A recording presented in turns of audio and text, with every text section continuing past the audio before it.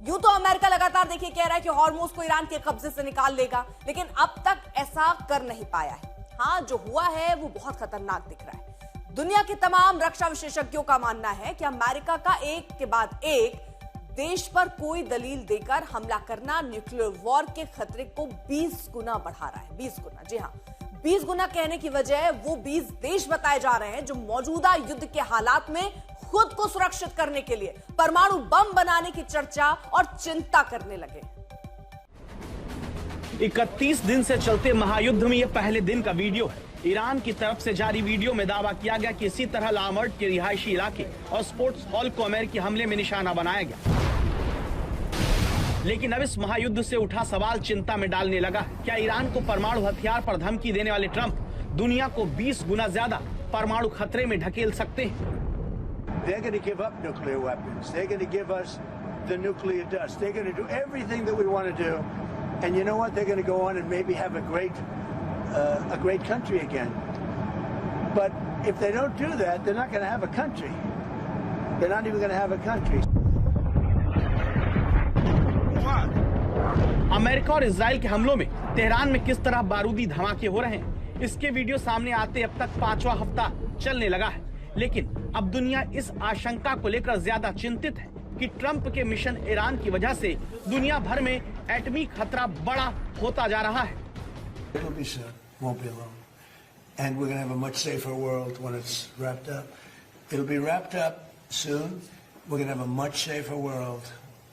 I had an obligation to do this. You want to see the stock market go down? Start letting them hit you with nukes, okay?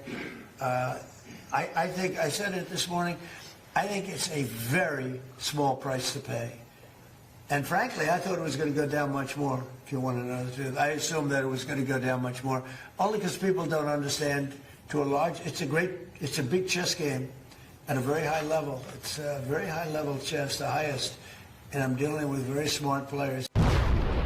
क्या दुनिया के नक्शे पर Trump इस वक्त कहीं तेल, कहीं न्यूक्लियर पावर, कहीं रेयर मिनरल पर कब्जे की चाहत में वो बिसात लगातार बिछाते आ रहे हैं, जिसकी वजह से ये आशंका तक जताई जाने लगी है कि ट्रंप की विस्तारवादी, कब्जावादी नीति से दुनिया के तमाम वो देश परमाणु बम बनाने की तैयारी कर सकते हैं, जिन्हें अब अपनी सुरक्षा को लेकर खतरा आज के माहौल में लगता है।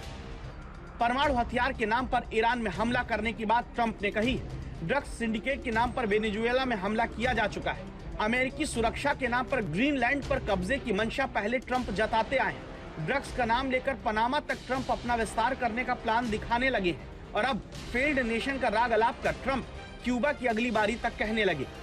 युद्ध और तनाव की एक आग बुझती नहीं, ट्रंप दूसरी सुलगाने की बात करते हैं और तब इस खतरे का अंदेशा जताया जाने लगा कि क्या दुनिया में खुद को सुरक्षित रखने के लिए परमाणु बम बनाना ही इंश्योरेंस का काम करेगा।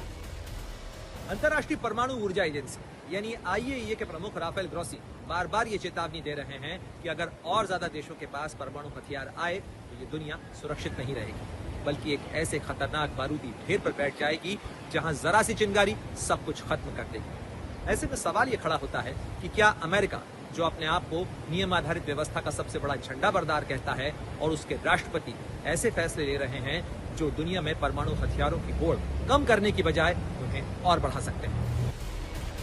अभी दुनिया में 9 देशों के पास परमाणु बम है। 20 से ज्यादा देश ऐसे हैं जिनके पास पैसा, दिमाग और संसाधन वो सब है कि जब चाहे तब न्यूक्लियर क्लब में शामिल हो सकते हैं। वेनेजुएला पर अमेरिकी सैनिकों का ऑपरेशन याद करिए, जहां ट्रंप ने एक झटके में सत्ता पलट दी।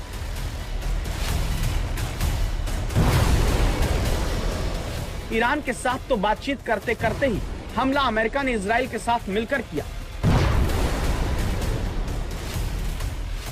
ऐसी हालत में क्या ट्रंप ने दुनिया में अविश्वास का वो माहौल बना दिया जहां न्यूक्लियर बम ही सुरक्षा की गारंटी बहुत से देशों के लिए बनने लगा है।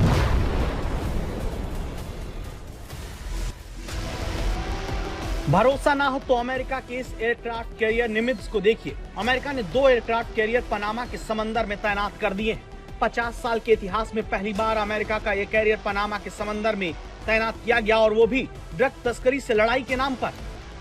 धरती को उत्तर और दक्षिण गोलार्ध में बांटकर हिफाजत के बहाने ट्रंप का क्या प्लान है, ये उनके रक्षा मंत्री पीट हेग्सेथ बताते हैं।